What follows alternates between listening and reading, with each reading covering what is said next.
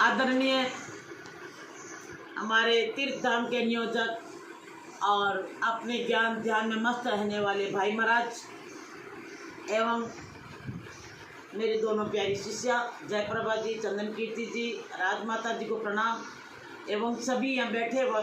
आज जन्मदिन का एक प्रसंग आया। अभी भाई महाराज ने बहुत सुंदर बात कही। खुशी मनाने का एक तरीका होता है। देखिए, कोरोना जैसी इस महामारी में सभी कोई उदास है, सभी का दिल और दिमाग टेंशन से भरा हुआ है। कल क्या होगा, हमारा क्या होगा, कल क्या होगा, हमारा क्या होगा, पता नहीं किस समय ये नशें चलती चलती उत्तेजित हो जाए और हमें हॉस्पिटल में जाना पड़ जाए।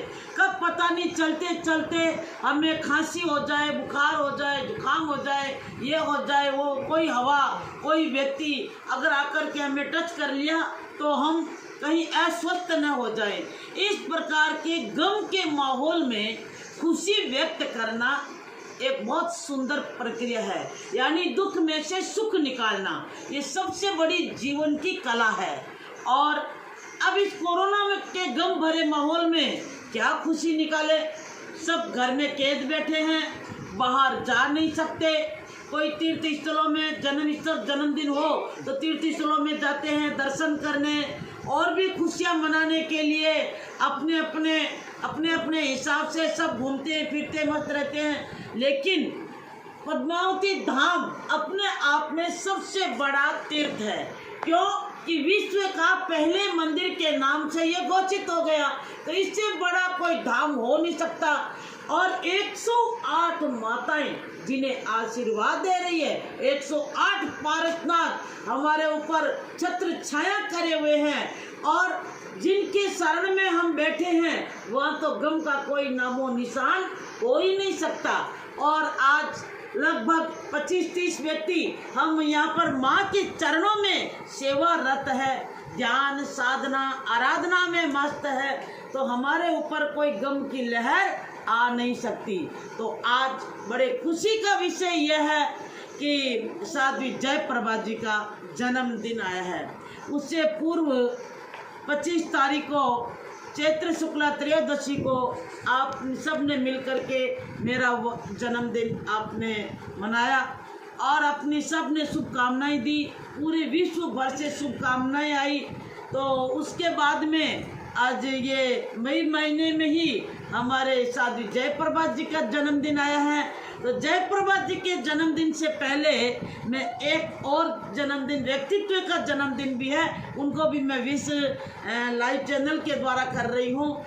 तपागच्छाधिपति सम्राट प्रेम सूरी जी महाराज के लाडले शिष्य चरणोपासक आज जीवन जिन्होंने सेवा की है और सबके प्रति दिल में उनके प्रेम भाव आज भी अहरनिश बरसता है।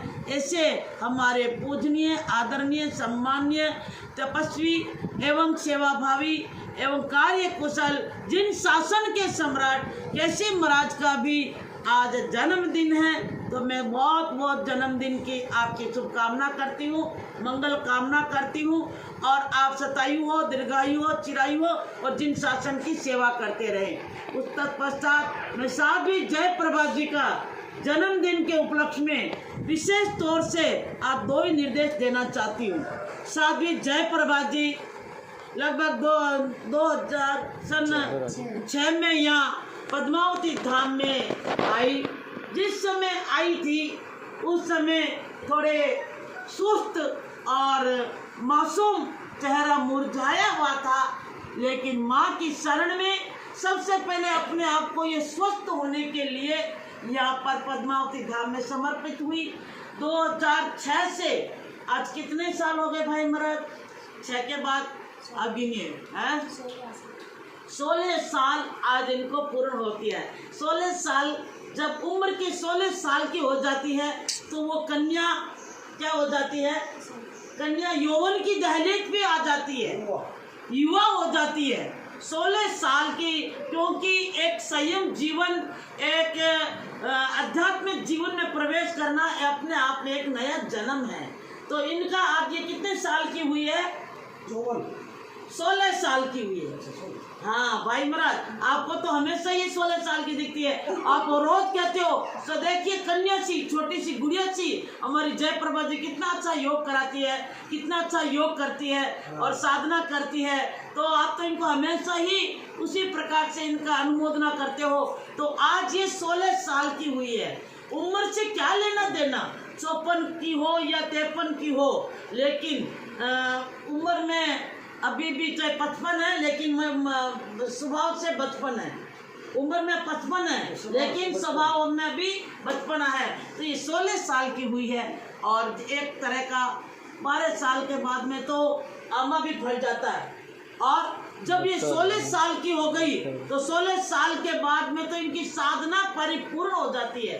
तो मैं आज ये निश्चित रूप से सबसे पहले इनको गिफ्ट यही दे रही हूँ। ये पदार्थों का गिफ्ट कोई मायना नहीं रखता, ये तो ये अपने पास में ले जाके रख लेगी या क्या कोई काम आए या न आए, लेकिन आज सबसे बड़ा गिफ्ट दे रही हूँ कि तेरी साधना पूर्ण हुई। जैसे माँ ने मुझे अपना गिफ्ट दिया कि तेरी साधना पूर्ण हुई, अब तुम जन कल्याण में लगो, तो मैं तेरे को ये कह सकती हूँ आज बड़े दावे के साथ में।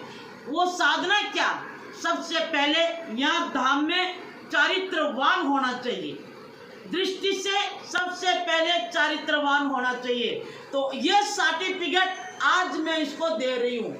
भले कहीं भी जाए, ये अकेली रहे, 1000 जवान बच्चों के साथ में रहे, लड़कों के साथ रहे, लेकिन चारित्र से 100% ये गोल्ड, प्योर 24% गोल्ड के रूप में आज मैं इसे कह रही हूँ कि आज ये 100% गोल्ड के रूप में ये निखर के आई है। अब इसके प्रति, चारित्र के प्रति हम 1% भी डाउट नहीं कर सकते। ऐसी हमारी साध्वी जयप्रभा जी अपनी साधना में पहला निखार इसके अंदर ये आया है। दूसरी बात जो है वो ये है, इनकी तारक शक्ति थोड़ी ज़्यादा थी, तारक वितरक, लेकिन उसके साथ में एक बड़ा गुण है सेवा का। सेवा ऐसी कि मेरे कांटा लगता है, आंखों में इसके आंसू आते हैं, मेरी अंगुली में दर्द होता है और इसके सारे शरीर में दर्द हो जाता है। तो इस प्रकार के इसका सेवा का जो भाव है, 16 साल से इसने मेरी जो सेवा की है, सेवा का मतलब बीमारी की सेवा नहीं होती है, दृष्टि अंगीकार करना सेवा सबसे बड़ी है। इधर से कमरे से अपने कमरे में भी जाएगी तो बिना पूछे ये एक कदम भी नहीं धरती है कि माँ मैं ये करूं या माँ मैं ऐसा करूं। इसको डांट के मेरे को ऑफिस बाहर भेजना पड़ता है।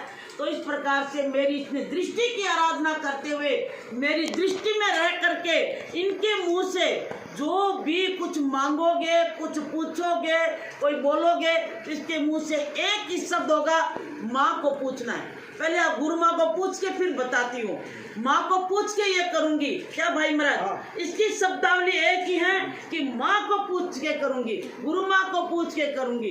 तो ये सबसे बड़ा समर्पण है, गुरु की नज़र में खरे उतरना समर्पण का सबसे पहला सूत्र है। तो ये दो विशेषता।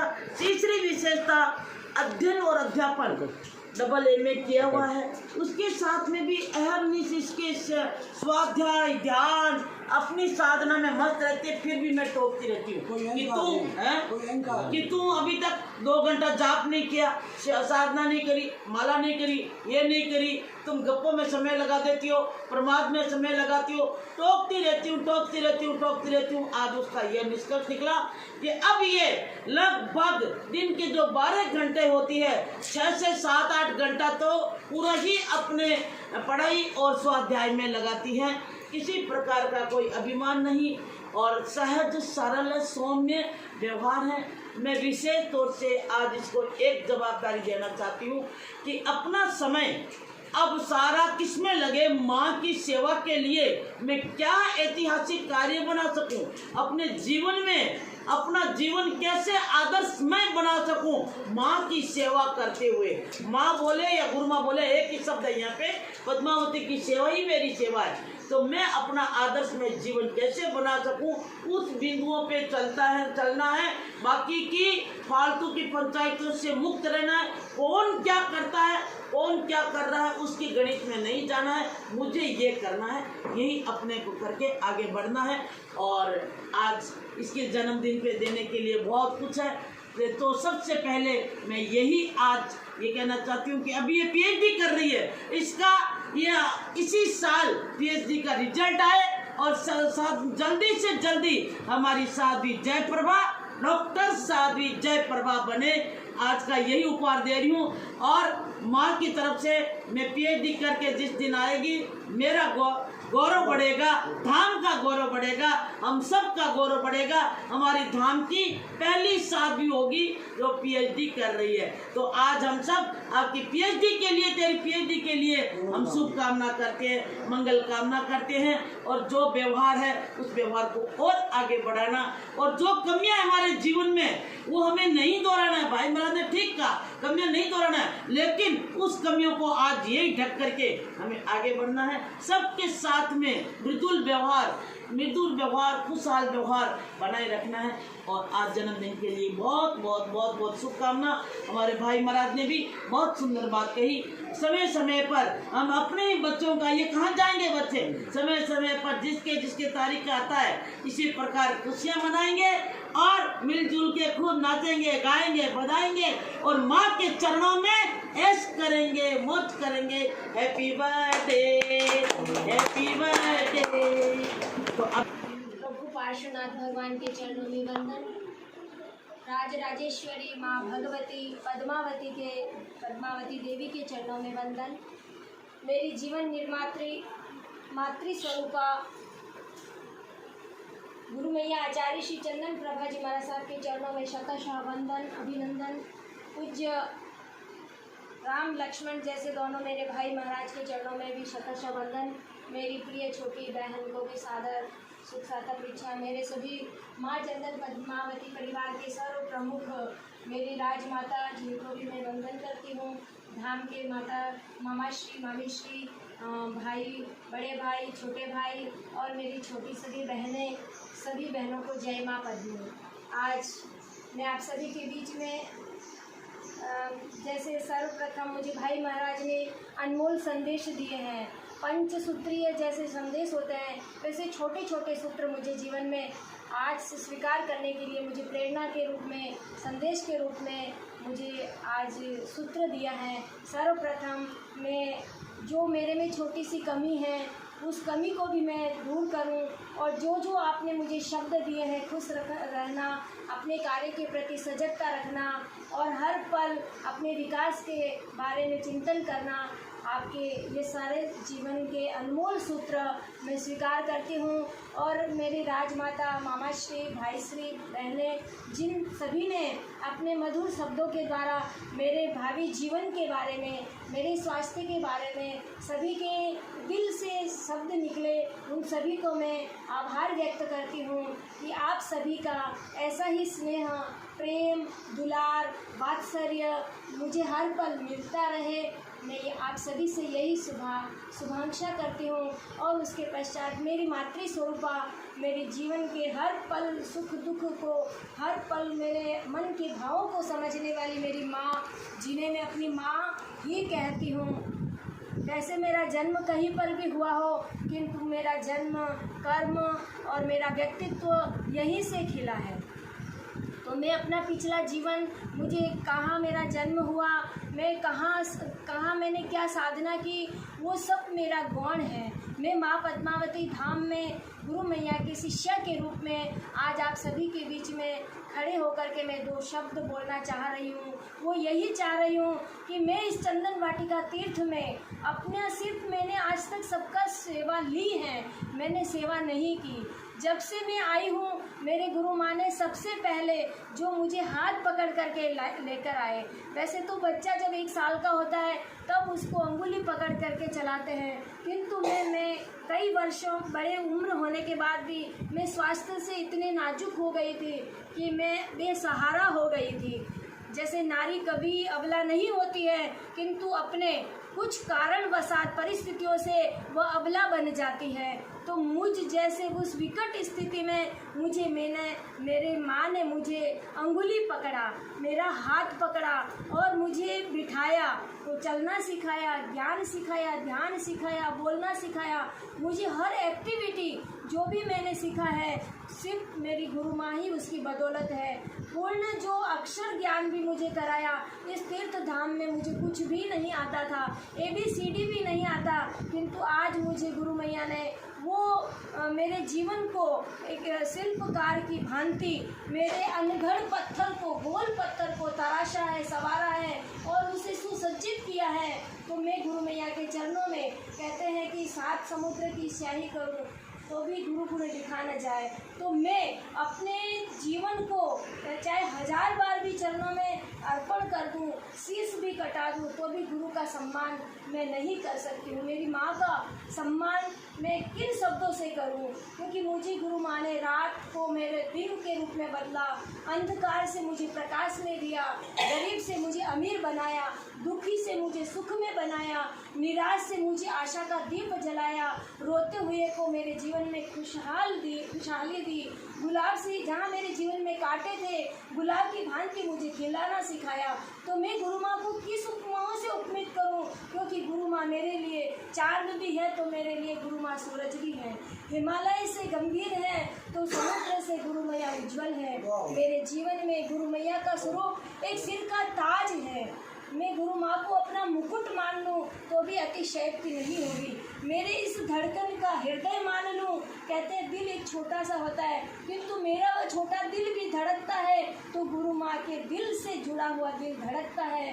तो मैं गुरु मैया की एक चरण रज हूँ। मैं उस चरण रज सिर्फ पैरों में ही रहना चाहती है, क्योंकि अगर वह गुरु का चरण मिट्टी पे ही गिरता है, धरती पे गिरता है, पत्थर पे आता है, तो मैं माँ से यही निवेदन करना चाहूँगी कि माँ आप मुझे चरण रज बनाए, मुझे कभी भी इतना, मैं आपके चरणों के नीचे मेरा आसन रहे ताकि मैं आपके चरणों की सेवा कर सकूं, क्योंकि आपके अंगूठे में वो अमृत है, वो लब्धि है कि जो एक बार झुक गया वो अपने जीवन को धन्य धन्य बना गया। उसका उदाहरण मुझे ही ले लीजिए कि मैं क्या थी और आज मैं क्या बन गई हूँ। मुझे खुद को आश्चर्यचकित हो रहा है कि मुझे 16 साल यहाँ हो गए, माँ ने मुझे इतना ज्ञान दिया, ध्यान दिया, माँ खुद स्वयं मुझे बनाया है, तो मैं कुछ भी नहीं हूँ। आज जो कुछ भी है मेरी माँ है, वही मुझे चलाते हैं, वही मुझे बुलाते हैं, वही मुझे सुलाते हैं, वही मुझे खिलाते हैं। तो मैं गुरु मैया के, कहते हैं कि एक कठपुतली बन जाना चाहिए, तो मैं गुरु माँ की एक छाया हूँ। मेरे को कई बार कहते हैं गाय के पीछे पूछना जैसे चलती है, अरे मेरी माँ ने मुझे दिया है तो मैं माँ के पीछे छाया बन करके रहूँगी, माँ का हर पल हर धड़कन के साथ जीऊँगी। और मैं यहाँ तहती करके आपके सभी अनमोल सूत्रों को, आपके अनमोल संदेश को, आपके मधुर मेरे हार्दिक स्पर्शीय वचनों को मैं सबको स्वीकार करती हूँ और यहाँ प्रण करती हूँ, संकल्प करती हूँ कि हे माँ, मेरे इस जीवन, आगे वाले जीवन में मैं पूर्णतः 100 to 100% मैं धाम का विकास करूंगी और धाम के लिए जो मेरे योग्य होगा उससे भी अधिक मैं पूरी कोशिश करूंगी। इस धाम के विकास में मेरा तन, मन और वचन सब आपके चरणों में अर्पण होगा और आपके बताए हुए आदेशों को, आपकी आज्ञा को मैं सिरोधार्य करूंगी, इंगियागार शिष्या बन के रहूँगी। आपके दृष्टि का मैं दृष्टि स्वीकार करूंगी, आपके हर मन के भावों को मैं समझने की कोशिश करूंगी। और मेरे सभी माँ चंदन पद्मावती परिवार वालों से भी मैं यह कहना चाहूँगी कि आप सभी मुझे वो समय देना कि मैं कुछ कार्य कर सकूं, कुछ बन सकूं। मैं आप सभी से ये गुरु मैया जी ने एक जन्मदिन को जन्म उत्सव के रूप में आज मनाया। मैं ना चीज़ हूँ, किंतु मुझे आज ना चीज़ को भी आज अजीब चीज़ बना दिया है। मैं खुद आज अपने आप को महसूस नहीं कर पा रही हूँ। मैं खुद शर्मिंदा हूँ कि माँ के सामने मेरा जन्मदिन कैसे मनाए, क्यों मनाए, पर माँ की जो इच्छा है वो मैं स्वीकार करते हुए आप सभी के चरणों में मैं बारंबार वंदन करती हूँ और आप सभी के लिए आपके स्वास्थ्य की शुभकामना करती हूँ और बहुत बहुत आपने मुझे समय दिया, मैं उसके लिए आपकी ऋणी हूँ और मैं आभार व्यक्त करती हूँ। कृतज्ञोष्मी बन करके आप सभी को मैं पुनः वंदन करते हुए जय माँ पद्मी और गुरु माता के चरणों में मैं वंदन शत वंदन अभिनंदन। बोलिए पद्मावती माता की जय हो, बोलिए गुरु मैया की जय।